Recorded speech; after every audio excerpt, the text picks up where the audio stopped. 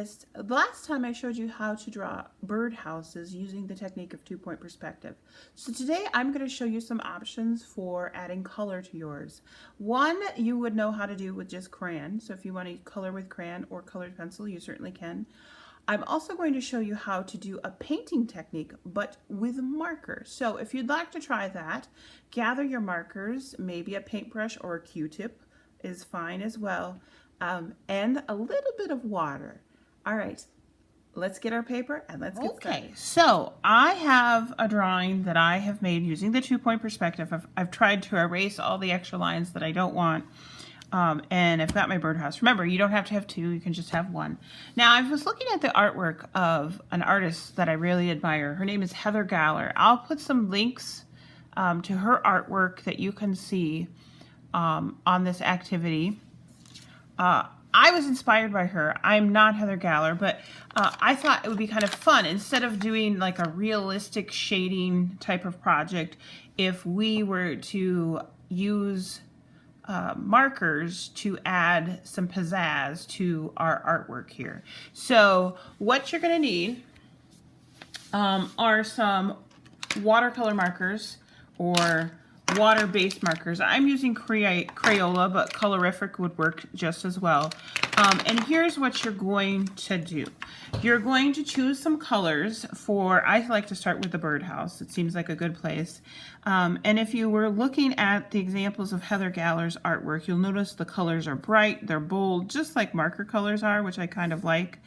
She doesn't worry too much about shading. She does have some of the 3D effects on her birdhouses. So what I'm doing is just tracing over my pencil lines. So I'm going to trace over, and if you want to make the other side of your birdhouse a different color, one thing with these markers, do be careful. If you are touching this right after you use it, you'll end up getting marker on your hands. It'll eventually wash off, but it can also leave a smear on your artwork. So try to watch out for that. And like I said, you can use any colors you feel like. We're just going to outline. Now, it's very tempting right now because markers are fun. Markers put color down quickly on your paper. And I know I like to sometimes color with them, but we're not going to color in the traditional sort of way like we did with crayons or colored pencils. So what I'm going to do instead, well, this is going to look a little bit like a candy cane, isn't it, if I do the lines. So I'm just doing the lines of my birdhouse. I'll show you what it looks like when I get the other one done. All right, so I've got my birdhouses traced, all the lines. I'm not worried about pencil lines if they're showing right now. Now, if you looked closely at Heather Galler's artwork, you'll notice that she does a lot of flowers and leaves of things are growing, but it's kind of just filling the whole paper. So here's what I'm going to do. I'm going to start kind of doodling some flowers and leaves. It doesn't have to be in any specific order. Where you put them is up to you. And if you do them differently than me, that's okay. There are different kinds of ways to draw leaves. Here's how I draw mine. I do kind of a curve and then a line going down the middle with some more lines. Here, I'll show you again. So you can make them different sizes. I'm going to put a bunch of leaves, and they don't always have to be green. They don't have to go the same direction. I'm going to try to get a bunch of these all over my paper.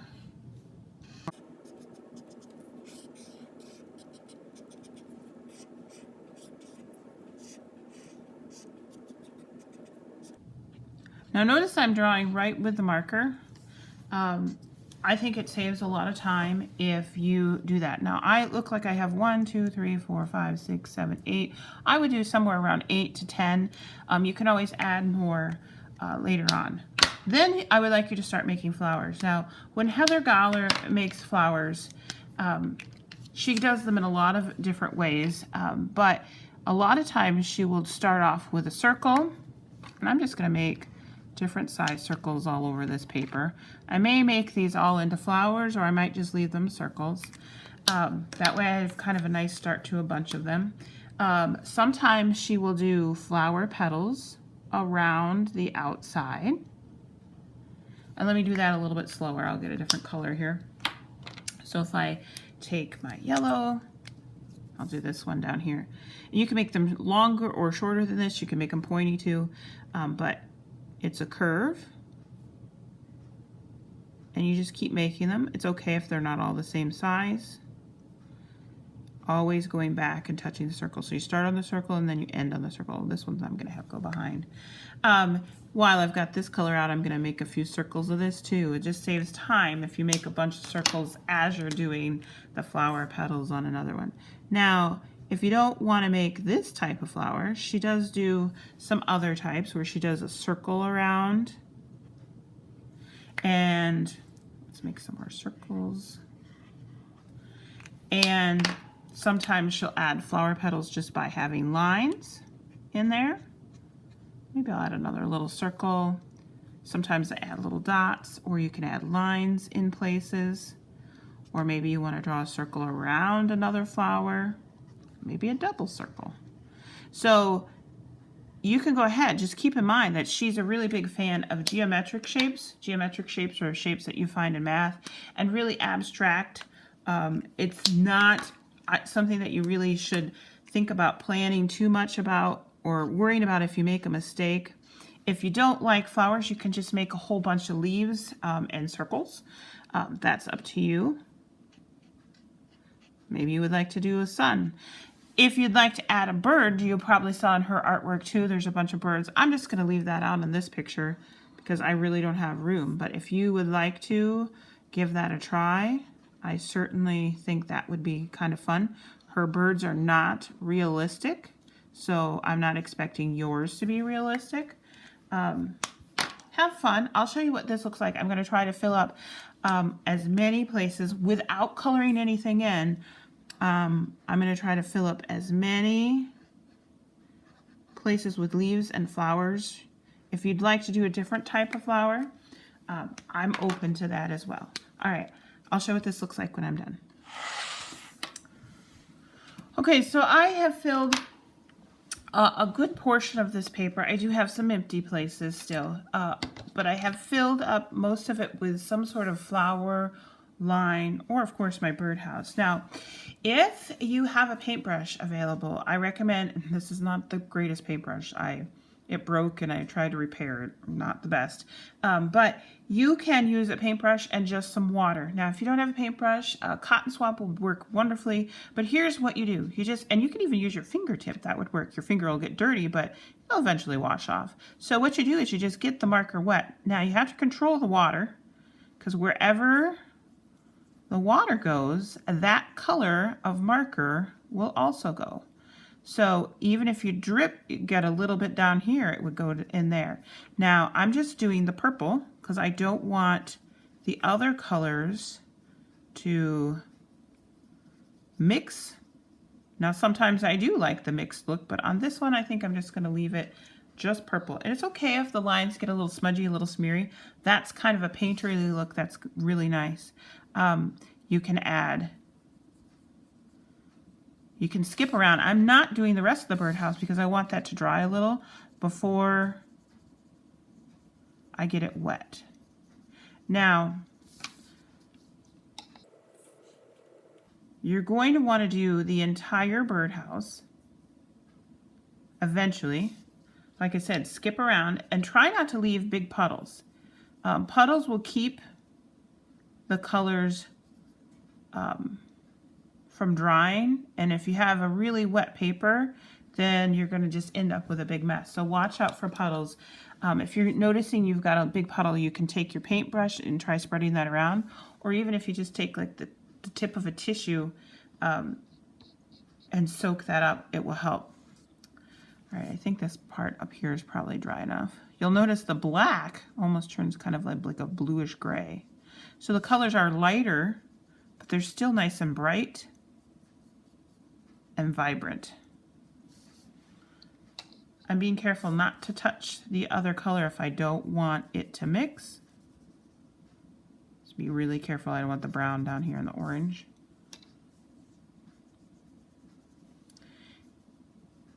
And I'm also going to be super careful around this little post.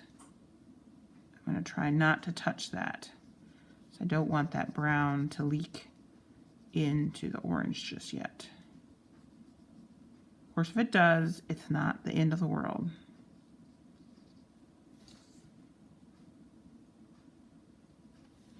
I'm just using the very, very tip.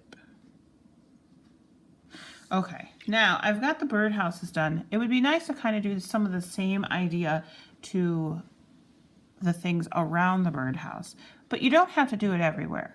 Sometimes I will just do part of a flower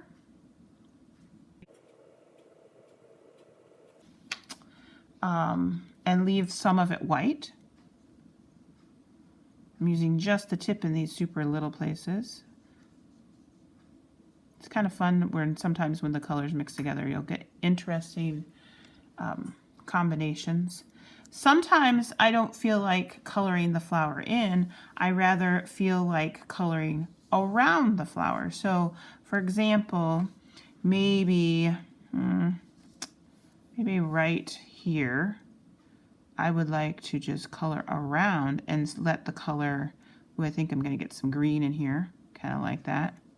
Maybe I will also color around this leaf and leave the leaf white. Ooh, I like that.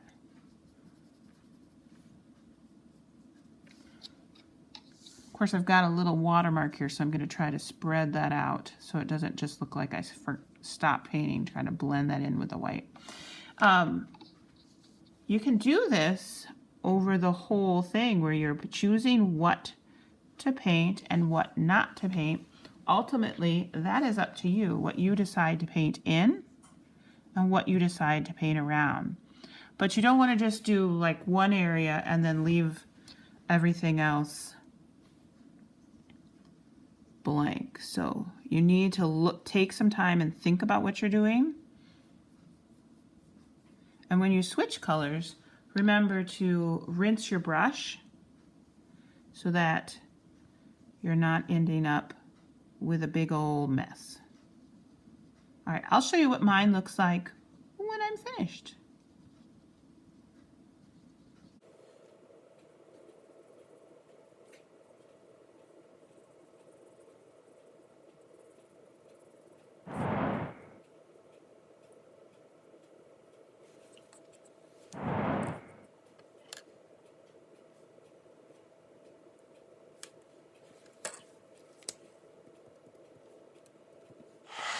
Okay, so I have finished painting what I think I want to paint. Now, if your paper's dry enough and you feel like you need to go back and add maybe some more dots, you can do that. Just kind of fill up some of the empty places. You can also, if the paper is dry enough, go back and maybe add more lines in places that you feel need just a little bit more. Or you simply could just leave it the way that it is. So I'm excited to see what yours looks like when you're finished. I've got another one here that I finished earlier today and it's completely dry. So I'd love to see what yours looks like. Remember, you always, if you don't feel like doing this marker technique, you always have the option of just simply coloring with crayon. I colored this one kind of very simply and plain, not Heather Gawler inspired at all. You can use markers or colored pencils as well. So if you want to leave yours more of a realistic look, I'm okay with that too.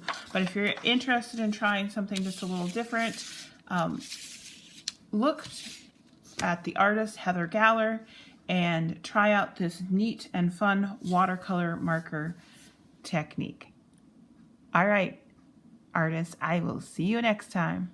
Bye-bye.